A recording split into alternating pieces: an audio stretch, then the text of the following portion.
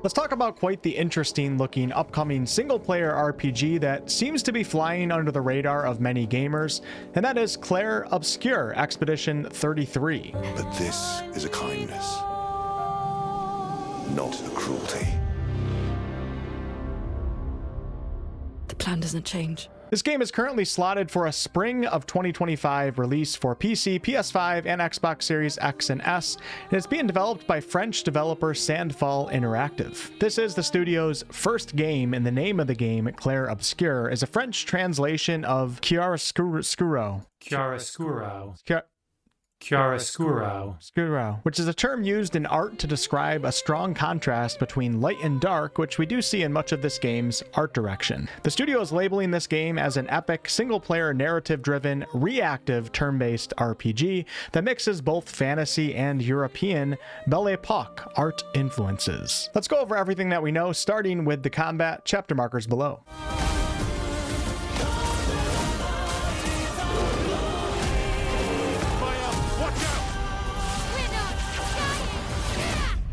When you get into close proximity of an opponent, or perhaps when you or they initiate an attack, it's kind of hard to tell exactly how it works.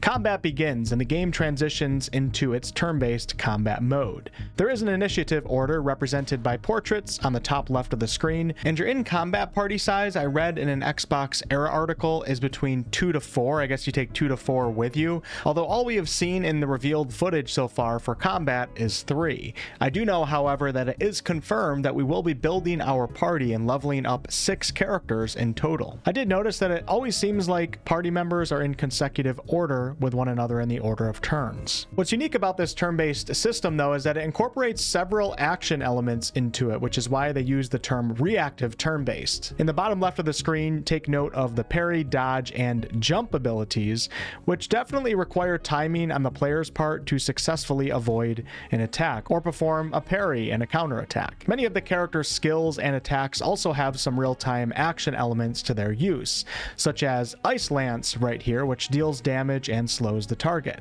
When using this ability, a button or key prompt pops up during the cast, and pressed with the right timing will allow for some sort of perfect cast. Lumiere Assault deals physical damage and actually has 2 timing prompts. I believe this is a showcase of chain combos, which can be mastered by mastering attack rhythms.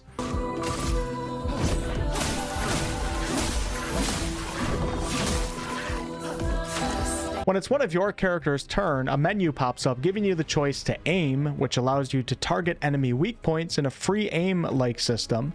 You can use items, you can use skills, or attack. There's also some sort of action point system in this game, which appears to be represented by these blue bars that you see below these other portraits. And several skills and attacks indicate that they consume different types of resources and/or action points. It's hard to tell exactly what's going on with this limited footage. You can also flee combat or skip a character's turn. Opponents have some sort of bar below their HP that expands outwards on each side when hit by certain skills and attacks. And at the end of a combat encounter, a combat summary sheet pops up showing battle loot with some sort of currency system, kills, XP, and also stat numbers for highest damage, damage dealt and received, time, and successful parries and dodges. I have to say, to me so far, it's quite the interesting, intriguing combat system, although I do wonder what type of difficulty settings the game will offer, as many turn-based lovers like turn-based games due to not having to deal with any real-time elements. For myself, though, I really do like what I see. Sandfall has stated on their website that we will be crafting unique builds for these characters that fit into our playstyle via gear, stats, skills, and character synergies, although we don't have much info on character progression at the moment. Moving on to the story and characters, which appear to be a very important aspect of this game. The main antagonist, or so we think, is an entity called the Paintress. And once a year, this Paintress wakes up and paints a new number upon her monolith. Soon she'll wake and paint again. Paint a new number The unfortunate thing about this is that each year that number goes down by 1, and the number that is erased quite literally causes everyone of that age to vanish into nothingness. Every year that goes by, the folks of this land launch a new expedition in hopes of destroying the Paintress to put an end to this sick game. And you guessed it, Expedition 33, which is part of the name of the game, is the expedition that we, the players, will be on. Unfortunately though, these expeditions have only continued to fail and fail. So this task clearly is not an easy one, and the characters' lives quite literally depend on its success. It appears as if the two main characters in your party are Gustav, played by Charlie Cox, and Mael, who is voice acted by everyone's favorite Jennifer English, the lovely, unique voice behind BG3's Shadowheart. Damn, Maya, what was that? It felt familiar somehow. Gustav is a resourceful and dedicated engineer who grew up feeling suffocated by the Paintress's constant presence over Lumiere. As an engineer, he has dedicated his life to the city's defense and agricultural system, striving to protect and provide for his people. Now, as an expeditioner, he devotes his final year of his life to defeating the Paintress and reclaiming a future for Lumiere's children. Mael is a shy loner eager to fly. Orphaned at age 3, Mael has never felt at home in Lumiere. She has difficulty connecting with and trusting others, but has come to appreciate her foster brother, Gustav. At 16 years of age, Mael is significantly younger than the other expeditioners. Unlike them, she views the expedition as her chance to explore the world beyond Lumiere and finally forge her own destiny. There are other expeditioners, though, that will join your party. The most that we've seen in a combat encounter is 3 at a time, but we do know that we're going to be building 6 characters, and 2 of the other confirmed expeditioners here are Loon, played by Kirsty Ryder, and Ciel, played by Shayla Nix. Loon is a passionate scholar and mage, the daughter of prominent researchers. Loon has a deep thirst for knowledge and sacrificed everything to complete her parents' work. Her one goal is to unravel the mystery of the Paintress. Entrusted with charting a path for the expedition, Loon feels keenly the weight of responsibility and the stakes involved. She cannot and will not allow the expedition to fail. And then Ciel is a cheerful and serene warrior, a farmer turned teacher. Ciel is warm and outgoing, enjoying life day by day. She is at ease with death, having long accepted the brutality of their world, but her teasing smile masks a dark and painful past.